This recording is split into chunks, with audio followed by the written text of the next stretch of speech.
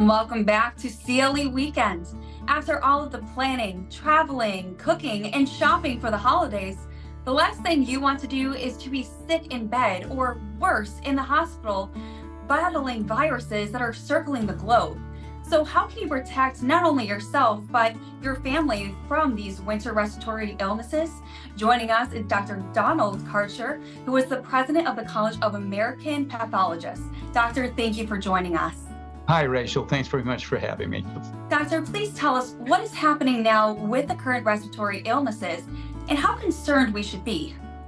Well, we should all be concerned and always keep a lookout. Respiratory illnesses are very much on our minds, and of course, it is the holiday season. We are seeing an increase in respiratory infections in much of the country. Actually, that's going on in other countries as well, but this is not a surprise. This is typical for this time of year. We know that these diseases are always increased in incidence in the fall and winter months. One of the things that's a bit disconcerting, however, is that the vaccination rate in the US is lagging quite a bit so far this year. I know people are probably all vaxxed out given what we've been through in the last few years, but they are still really important. Some numbers from the CDC, less than 40% of adults and children have had the flu vaccine so far this season, and that's behind recent years. Less than 20% have had the new updated COVID vaccine. Even among adults over age 65, who we know are more vulnerable to COVID, less than 50% of those folks have gotten the new updated vaccine. So this is really putting people at risk, and it could certainly interfere with the holiday season. Tell us, what can parents not only look for, but do to mitigate these illnesses and the effects that they may have on the rest of the family, including elderly friends and relatives? An important thing, of course, is vaccination. That's the first and best thing to do. And by the way, vaccines take about 10 to 14 days to kick in. So right now would be the perfect time for the holidays to get that shot. But there are a lot of other things that we can do. One is very simple: hand washing with soap and water or hand sanitizer. When you wash with soap and water, it's good to sing happy birthday to yourself. That's the length of time you should be washing your hands to make sure that you've done a thorough job. Also, making sure surfaces are sanitized, things like doorknobs, kitchen countertops, grocery basket handles. A quick wipe with a sanitizing wipe can keep the germ level down on those surfaces. And of course, there's masking. I know everybody's really tired of wearing masks, but they are very important. They really help, not only to protect ourselves, but the people around us. It's really important to wear a mask, particularly in areas where you're in a crowd, maybe at the grocery or in a store or on an airplane, where many of us are going to be in the coming days. Masking is actually very helpful in helping to protect more vulnerable folks that we're around, people over age 65 or anyone who might have a chronic illness or a weakened immune system. Those masks can really protect those folks, and I would suggest that that's really important for our, let's say, our older relatives and friends during holiday gatherings.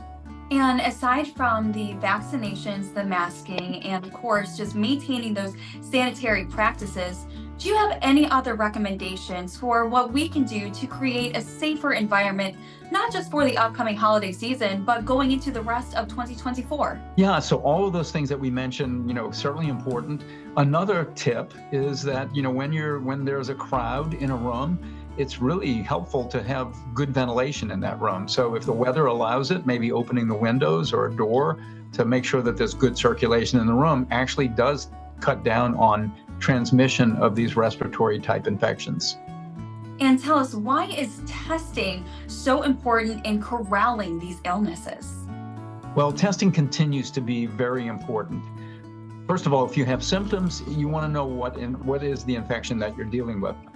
Even if you don't have symptoms, if you know you're going to be around more vulnerable people, it's a good idea maybe to test in advance of being around those more vulnerable people, because you may have the virus and you don't know it yet. You don't have symptoms yet, and you can pass it on to others. In terms of, how do you tell one respiratory illness, viral illness from another? You can't really from the symptoms. They're all very similar. Sore throat, cough, sniffles, fever, muscle aches. So that's where testing can really be helpful. We know about the COVID at-home tests. They're now very good flu tests that we can do at home as well. Using these tests can help us, if we have symptoms, help us diagnose maybe one of these infections.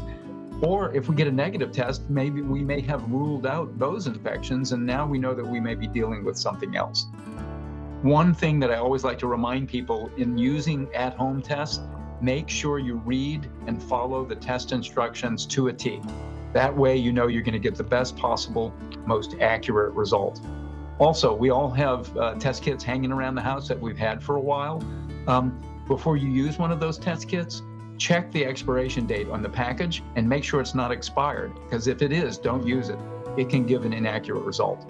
Home testing is great and certainly convenient, but if you keep getting negative results and you're infected and you're concerned about that infection, it's time maybe to consider getting a test run in a clinical laboratory. Those tests tend to be more sensitive than the at-home tests, and maybe even allow getting diagnosis earlier than the at-home tests. And where can we go for more information, doctor? Yeah, well, the College of American Pathologists website is a good source of information. If you go to newsroom.cap.org, we have a nice checklist of things that we can all do to help mitigate these respiratory illnesses.